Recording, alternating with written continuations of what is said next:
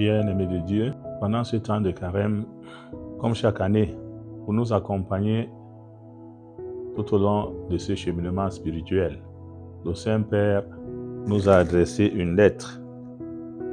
Le thème est le suivant: marchons ensemble dans l'espérance. Soulignons que c'est une année de grâce pour nous, le jubilé que nous sommes en train de célébrer. Et le thème de ce jubilé est les reins de l'espérance. Donc, cette lettre de carême entre dans la droite ligne de ce thème du jubilé. Le Seigneur, par la voix de son serviteur, le Saint Pape François, pour qui nous prions, pour que le Seigneur lui accorde prompte guérison et rétablissement. Dans cette lettre, le Saint-Père nous promène dans une démarche trinale. Premièrement, il nous invite à marcher. La vie spirituelle n'est pas statique. Il faut marcher, faire des efforts. Et ce sont ces efforts spirituels qui nous permettent, en marchant, de connaître ce qu'on appelle la consolation dans la vie spirituelle, en évitant la désolation. Il nous présente l'image du peuple de Dieu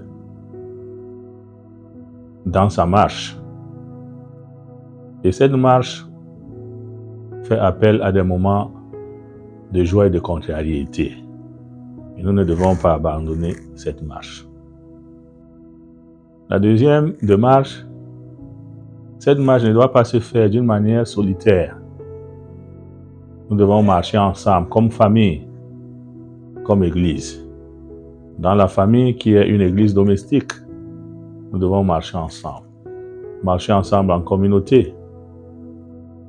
Et cette marche nous permet d'atteindre notre objectif commun.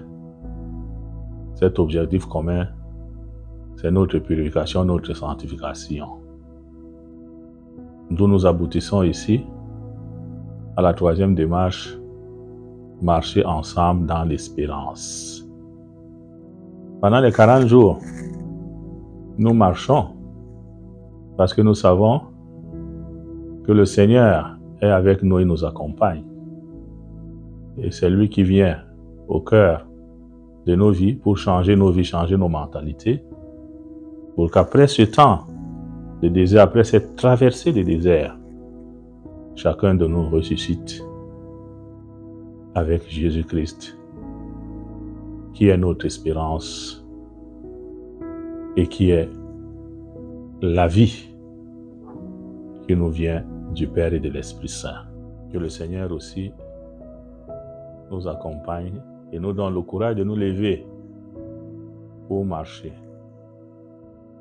ensemble et pour marcher dans l'espérance, en allant à la rencontre des autres, en allant vers eux pour leur porter la bonne nouvelle, en allant vers eux pour tendre à nos frères et sœurs qui sont loin de nous et avec qui le pont s'est brisé, pour leur présenter, nous aussi, ces occasions de pardon, de réconciliation, pour que nous vivions tous dans l'amour et la paix que nous apporte la présence, la passion, la mort et la résurrection de notre Seigneur Jésus-Christ.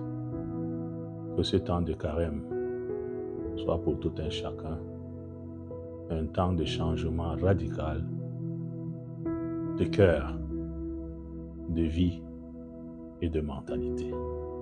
Que le Seigneur vous bénisse.